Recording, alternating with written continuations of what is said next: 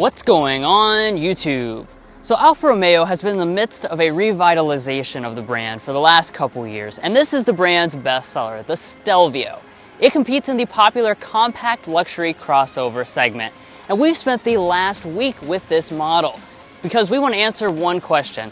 Is this a great pick compared to default choices such as the BMW X3? Well, let's go ahead and find out.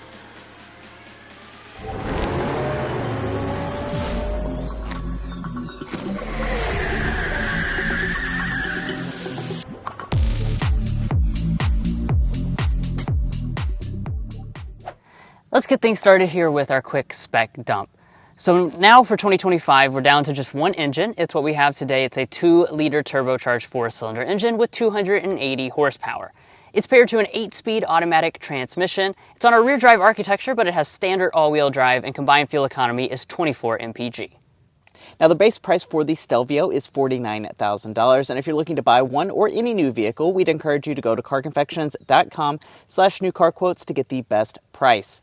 Now, of course, this is a 7-day review, so we can't wait to discuss throughout this video our impressions after living with it, as well as talk about things like our real-world fuel economy. At the end, we'll also talk about resale and reliability. But let's go ahead and close up the hood so we can take a look at the really quite beautiful exterior as well as what you get on the inside. So getting started here with the exterior design. Of course, when it comes to this is really a place where it really stands out a lot. The Alfa brand just looks like nothing else on the road, basically, and all those Mercedes and BMWs just kind of blend in. It's not going to look like what your neighbor has, that's for sure.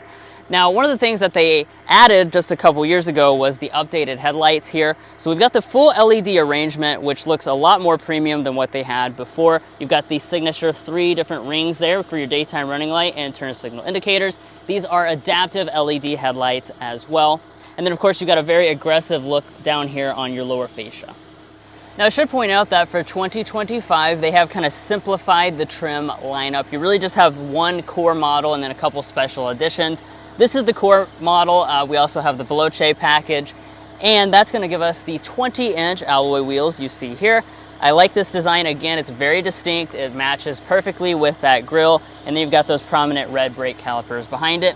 A little bit of black accenting around the wheel arches, of course.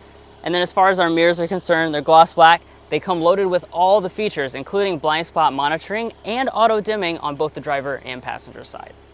Now, at the side of the Stelvio, the overall vehicle length is 184.6 inches, and you'll certainly notice the really beautiful proportions of this vehicle here at the side. It certainly has a very nice look to it. I think it looks a lot better than some of its rivals like the BMW X3. We have blacked out window surrounds, we have blacked out roof rails, and then as we head around to the rear design of the Stelvio, once again, you're going to see that very premium Italian-like design.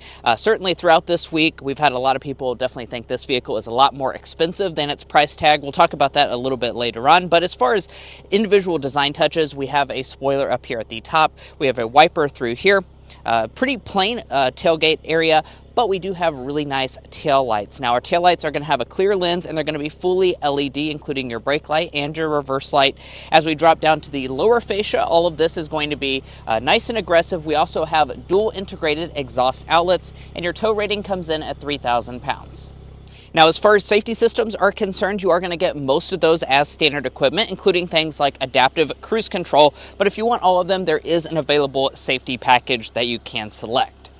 But guys, we need to go ahead and talk about the interior and what we've thought about that for the last week. But first, if you're new here, we're brothers, and we've been reviewing cars since we were 12 and 16.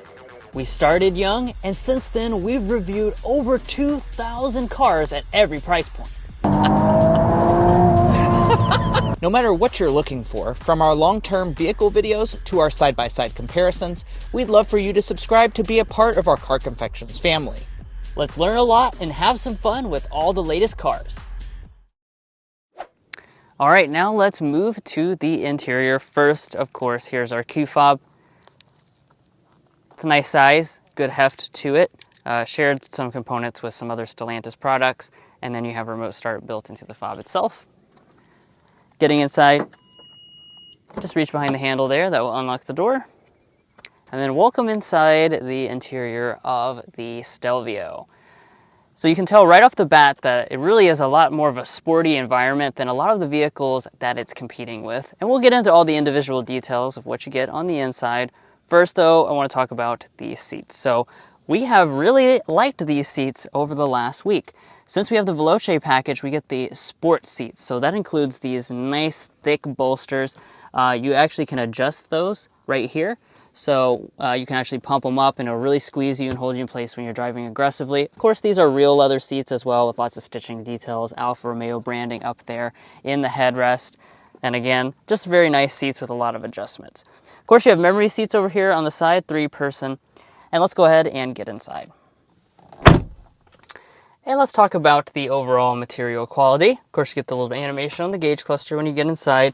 And over here on the door trim, we have a leatherette material through here as well. Soft touch plastic through there, and then you have some real aluminum accenting. Through the upper part of the dash, this is all a soft touch plastic. More of the aluminum accenting runs through there, as well as covering almost our entire center console. Although, I will say it's not padded down here where my knee might bump, except for this little section right here. Now, to start up this vehicle, the push button start is located not in the usual spot. It's over here on the steering wheel, which is a cool Italian touch.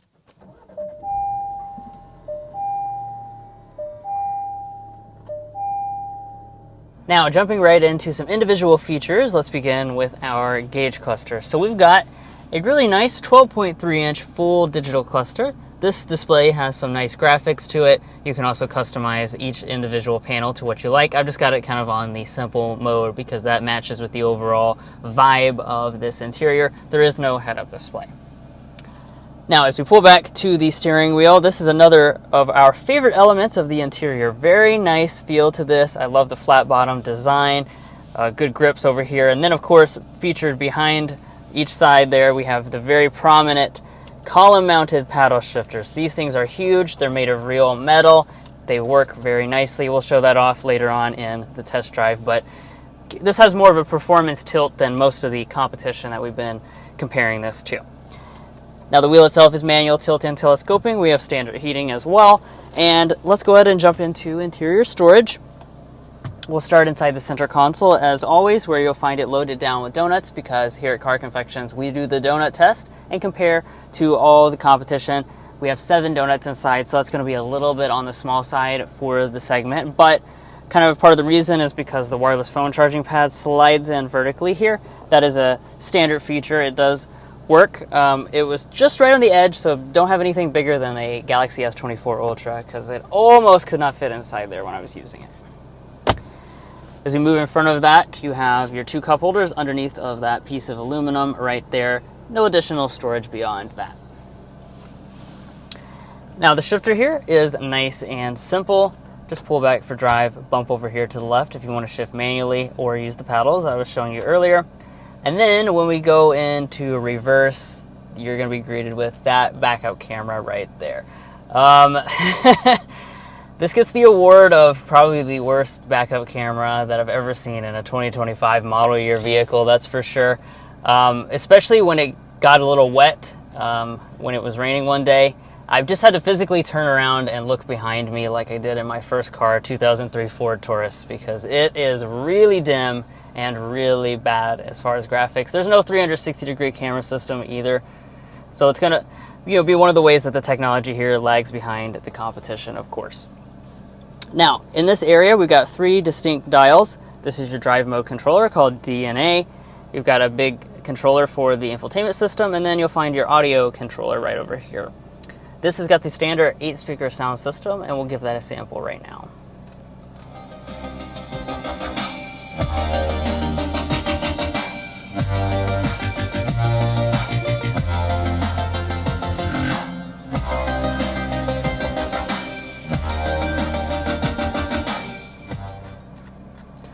Overall sound quality of this system is perfectly fine. If you really like audio, though, you'll want to move on up the trim structure 1 rung, and that will unlock the Harman Kardon sound system. Alright, now let's move next to the climate controls. Again, this is very simple. I certainly appreciate that we have full physical controls on board, no touchscreens or anything like that, which most of this model's rivals are going to. Just these big knobs to make your adjustments. The only thing I do want to point out is that we have just heated seats. No ventilated seats are offered on this vehicle. And now that moves us up here to our infotainment system. So this has always been kind of strange to me and Mason since they updated this vehicle. For some reason they gave it those really nice modern gauge cluster there, and then over here we have the same screen from I don't know when. This screen definitely seems like it's straight out of 2005. It's extremely dim. It's 8.8 inches, so it's just marginally larger than my cell phone. And then everything you go to do inside of this screen is just very laggy. It's just, as you can see, definitely not even in the ballpark of what most of this vehicle's rivals are delivering, and it's certainly something you should keep in mind. Now, if you like the analog, old school feel of this interior and you are sick and tired of all the tech in the competition, then you might be very refreshed by this interior overall, but just be aware that this is certainly something that is a little bit different than most of the competition. And just to be overly clear, this does not have wireless Android Auto and Apple CarPlay. Up top here, we have an auto dimming mirror. Home link remotes are inside of the visor. And then we have the available sunroof. As you can see, the sunshade is power opening. The glass is pretty big here, and the front panel opens up. Now let's talk about the rear seat of the Stelvio. Now when it comes to this area, I think you'll be pretty pleasantly surprised. It has a decent amount of space and it's also decently comfortable. Now as far as the legroom and headroom figures, Alfa Romeo does say that this is sitting at about 32 inches of legroom and about 39 inches of headroom. I think their legroom figure is a little bit off. It definitely is more than 32 inches of legroom, which is one of the reasons why we bring along the official Car Confections ruler to every review, because sometimes the brands have different measuring systems, and this seat is adjusted to Drew, who's 5'8".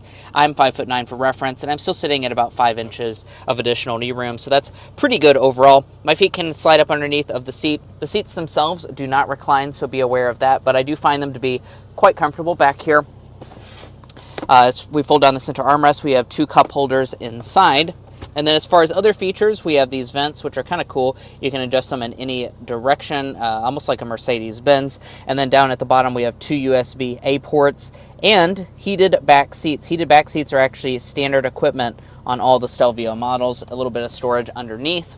Then as far as the door trim, we have a soft touch plastic on the upper part, aluminum, some more leatherette, and we have enough bottle storage to fit a normal size water bottle like this. Now walking up to the tailgate, we do have a power tailgate as standard equipment. You can also get hands-free if you go for a higher-end example. And as far as the space is concerned, this is going to be pretty good for the segment. It's very similar to some of its main competition, things like Genesis GV70. It is less than X3 though. 18 cubic feet behind the second row of seats. If we fold those seats down, we're looking at about 56 cubic feet. And by the way, if you are cross-shopping this with some of those rivals like GV70, X3, we'd encourage you to go to carconfections.com/vehicle rankings. Now, the reason you do that is because we have gone through and ranked all of those vehicles in individual categories that might matter more or less to you, things like cargo capacity, interior technology, powertrain and dynamics, as well as luxury features. So if you want to see how each model ranks in individual categories and make an informed buying decision, we'd certainly recommend you use our tools at carconfections.com/vehicle rankings. Now back to the Stelvio's cargo area, you will notice that the seats fold 40-20-40 split, which is pretty nice. There's also handles here on the side, and that will allow you to fold those seats down. Unfortunately, it just kind of releases them, so you do still have to kind of reach up and fold them down. It's not too hard to do overall, and when I do get those seats completely flat with the floor, let's get our cargo length, width, and height figures. Now, as far as our cargo length behind Drew's 5'8" driving position, we're looking at 71 inches of length. From behind the second row, 39 inches. As far as the opening, we're sitting at 40 inches. And then height is coming in at 28 inches tall. So that's going to be a little bit less in the height department, especially as you get closer to the end of the cargo area. And then as far as the load-in height, that's sitting at about 27 inches. If we lift up the floor, Underneath of here, you will find quite a bit of additional space, and there is not a spare tire.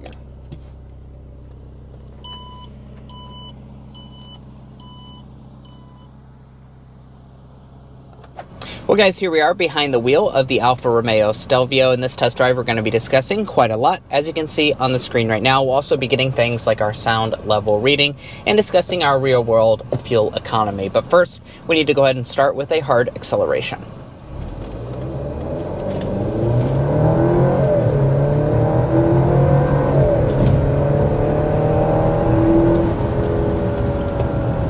All right, and that was 60 miles per hour. So this Stelvio is pretty quick.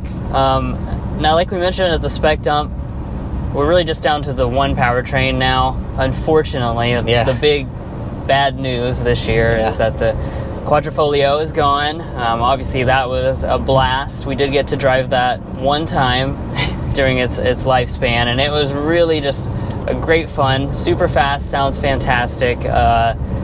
That's no longer with us. So what we have left is this 2-liter turbocharged 4-cylinder engine. It makes 280 horsepower and 306 pound-feet of torque.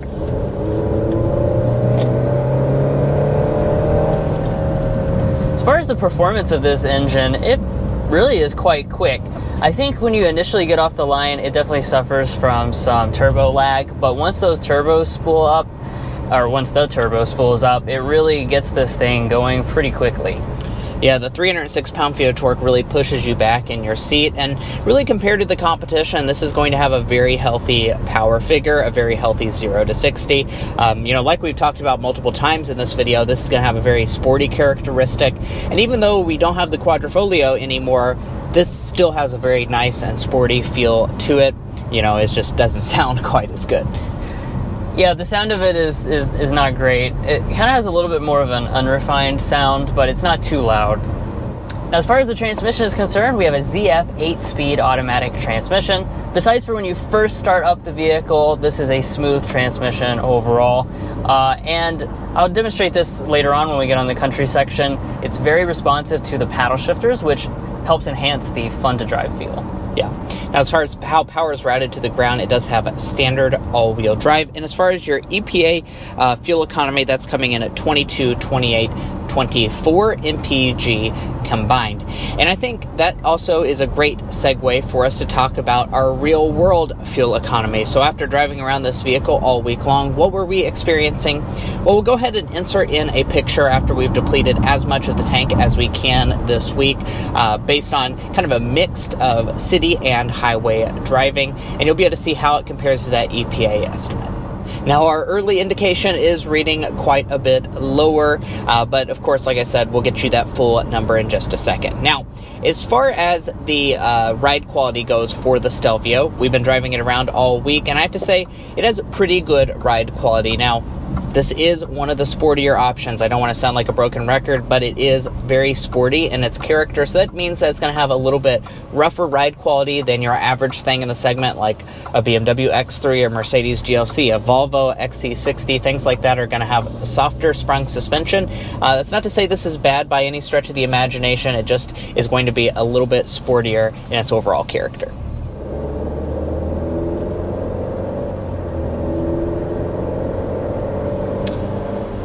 All right, and when we get up to 55 miles per hour, let's go ahead and put it on fan speed 1 so we can get our sound level reading.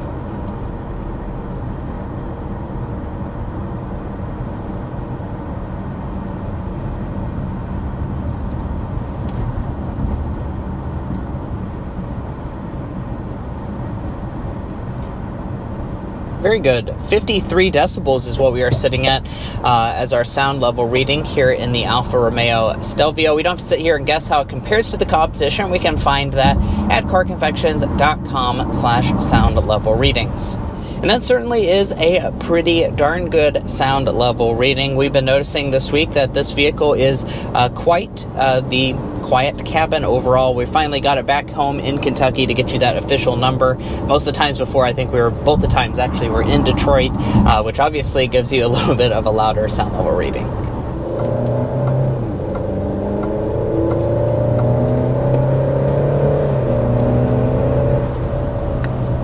now we've made it to the back road, which is what I've been looking forward to this whole review, and that's because this Stelvio really stands out when it comes to the overall driving dynamics. Of course, you know, there's a lot of German cars which are pretty fun to drive as well, but over time they've kind of gotten softer to appeal to a wider audience, whereas this Stelvio really does target the enthusiast quite directly. So you'll notice as I kind of come into this corner, first of all, I am in the D from D&A. That is the sportiest drive mode. And you can really see it stays nice and planted as you go around the corners there. Good grip. And then the steering is really the most remarkable part. The steering on this is so fast responding. You don't get a millimeter off center and you get that immediate response. This feels ridiculously agile compared to most of the other vehicles that it competes with at this price point. Yeah, I'd say really the only one that comes close to rivaling this one in dynamics would be the Genesis GV70. And that today is easily going to be the slam dunk for this vehicle. After living with it, it certainly has been a pleasure to drive. The dynamics are really, really good. You also get a limited slip diff if you choose the Veloce package, which we have on this model. Now, as far as the airball is concerned, we're going to say that is the technology. I'm sure you probably saw that one coming, but this screen is certainly very outdated. You know, I'm not the biggest one. I don't need the latest and greatest technology, but this certainly is something that's definitely starting to show its age. Now, this is a 7-day review, so do we like it better, the same, or worse after living with it this week? Drew, what do you think? I'm going to say the same. This is a vehicle that has very defined positives and negatives. So you've probably already, picked up on those things throughout this review. It's really clear if this is a vehicle that appeals to you or not. Like, if you're a big tech person, there's going to be zero appeal to this vehicle. If you're an enthusiast that just wants dynamics and over top of all the gimmicks and gizmos and stuff, then you're going to love this. And, so with those really distinct pros and cons, I think it's very easy to kind of picture what camp you fall in. I don't know, me and Mason kind of maybe fall in between those two camps, which puts you in a weird position when it comes to this vehicle. And for my last point here, I want to demonstrate the auto start stop system, which we're in agreement is probably the worst auto start stop system in any modern vehicle.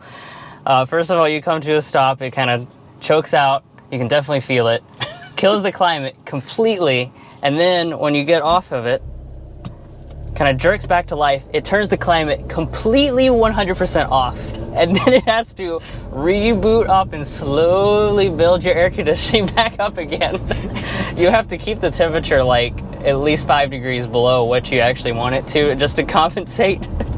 And let's talk pricing. So, as I said at the very beginning of this video, it starts at around $49,000 for the base model. That's what we have today. We also have the Veloce package on this model. We have also a few other little accessories, $19.95 destination. All told, we're sitting at a hair under $58,000 for this model as tested today. And do keep in mind, if all stands true from what was true of previous model years, this vehicle can be very heavily discounted at dealerships, so you might be able to get a much better deal than you would expect.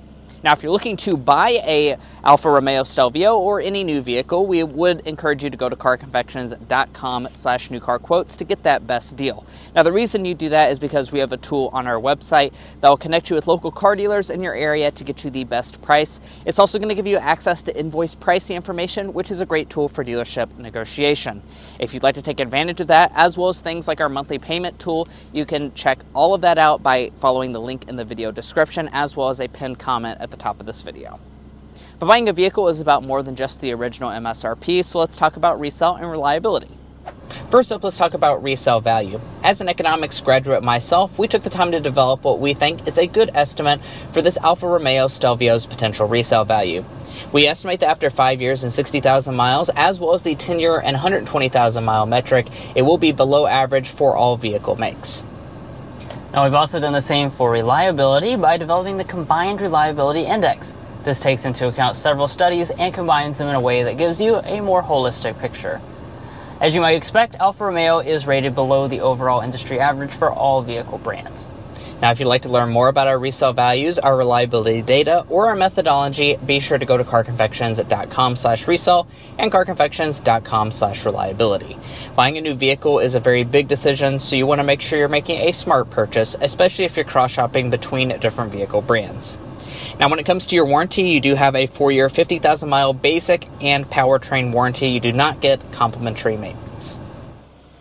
Well, guys, that wraps up our in-depth 7-day review of the 2025 Alfa Romeo Stelvio. Now, if you enjoyed watching this video or found it helpful in your purchasing decisions, which we hope you did, we'd really appreciate it if you hit that subscribe button down below. By subscribing, you're going to be a part of our Car Confections family. We have a lot of fun on this channel. We do 7-day reviews so we can talk about all of our impressions after living with it and many more things that you won't want to miss out on. So do yourself a favor, subscribe down below. If you're already a part of our family, thank you so much for your continued support, and we'll catch you next time as we sample more of the latest automotive delicacies.